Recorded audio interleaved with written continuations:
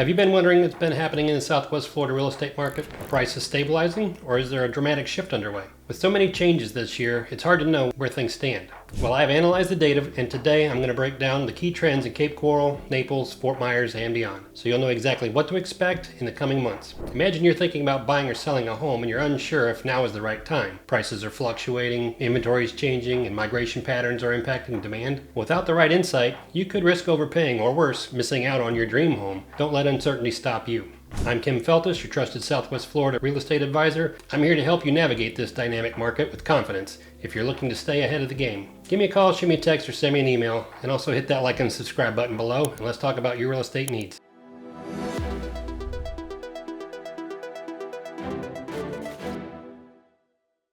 Okay, so our first chart off, this is the one I usually like to start with, which is the median sales price for the area. And I put all four of the cities, Bonita Springs, Naples, Fort Myers, and Cape Coral, all on one chart, so it's a little bit easier to understand this way instead of seeing four different charts for the same thing. So as you can see, Fort Myers has the highest median sales price year over year from 23 until 2024, and Fort Myers is actually up 9.7% as opposed to Cape Coral only being up 1.2% year over year, and Naples is down 0.8 and Bonita Springs is down 8.8. So it's a very different looking chart when you look at cities as far as where they're at year over year, and that is based off of your price points.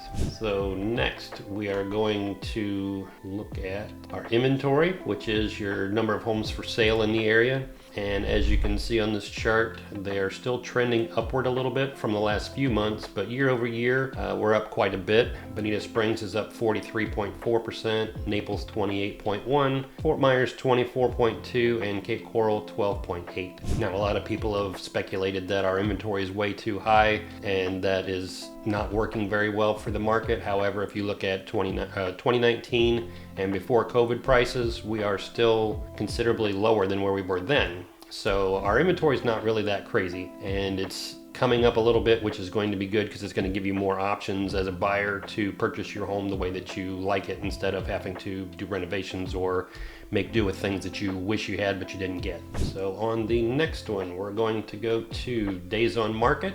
And this just tells you how long a home sits before it goes pending. And when I say sits, it's not really sits, it's just how long it's been on the market before it goes under contract. So they're all about the same as far as that goes. Anywhere between 53 and 56 days on the market is the average for all property types. So that's single family, condos, townhomes, attached villas, all product types come together, and it's in that price range or time frame range. So next we are going to look at the last list to price ratio, which is basically if a home's been on the market for 50 days and they've had 2 price reductions since they listed it, it's not basing the list price that it originally started at, they're basing it off of the list price that it was when it went pending. So as you can see by this chart, Cape Coral is the highest at around 98.2.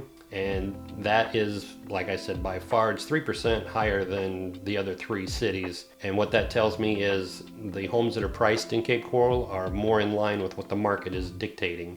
And the other ones, the sellers just have not gotten their prices to where the market likes it, so there's negotiating being done once they go to contract. So Bonita Springs is at 95.7, Naples 95.5, and Fort Myers 95.8. So those 3 are very close in proximity to pricing. So I think that with time, hopefully sellers come to realization that the market is not where it was last year, so that they need to improve those prices a little bit to get the homes to go under contract, which will also reduce our number of days on the market because the homes won't sit as long. So the last thing that I want to show you guys, I think you remember last month I said that a lot of the buyers were looking at waiting for rates to change and waiting for the election to be over.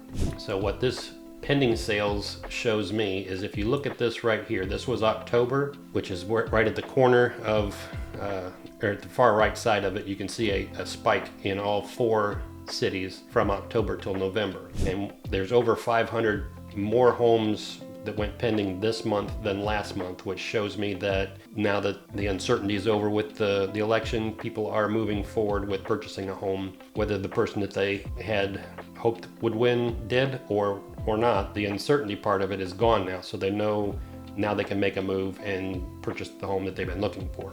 Okay, so now I just want to recap all of that. And basically, in Cape Coral right now, they do have the lowest sales price in the area, but they do have the highest last list to sale price. So the homes are priced good in Cape Coral, and the inventory is staying fairly good. What that does tell me is homes are selling closer to their asking price than other areas in our market. Naples does boast the highest median sales price, but it also has the most sales in November. And that kind of is in line with the fact that Naples has the most homes for sale based on city, geographic location.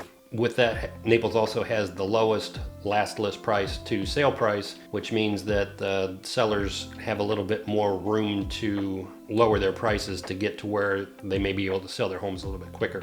And Fort Myers does have a little shining lining for them, I guess, and you could say they're 9.7% year over year higher than they were last year, and that's the only city in our area that has that kind of increase. The other ones are all either almost zero or below. Pending sales, like I said, month over month, we're over 500 homes above October that are pending. So I think now that the election is over, we could see a little bit of a rise in pending sales, which would be great. Another thing that I want to tell you about is Florida is still the #1 area for migration from other states in the United States that are moving to this area. We were up 372,000 residents last year, and that just shows that with our lower cost of living based off of Chicago, California, the Northeast, that's where the most of our residents are moving from. The high tax rates for their property taxes, and they also have an income tax in most of those areas. So with our climate differences and those cost of living expenses, Florida's still a very attractive place to move to. One other thing that I did see this week is the Fannie Mae and Freddie Mac have readjusted their conforming loan limits to $806,500, which is a 5.2% increase year over year. And that just shows that you have a little bit more buying power when it comes to buying a higher priced home. This is for the countrywide, not just in Florida. So those homes in California that are $1 million plus, if you have a little bit of a down payment, you can still afford to get a conventional loan as long as it's not above the $806,500. Okay, so what does this mean to you? Well, whether you're buying or selling, understanding these trends are going to help you make a better decision moving forward. Cape Coral offers affordability, Fort Myers is growing stronger, Naples provides a nice luxury opportunity, and the migration trends suggest that we're going to have a steady demand across the board. So if you're ready to make your move, if you just want more information about what's going on in the market, let's connect. Give me a call, shoot me a text, or send me an email, and let's talk about your real estate needs.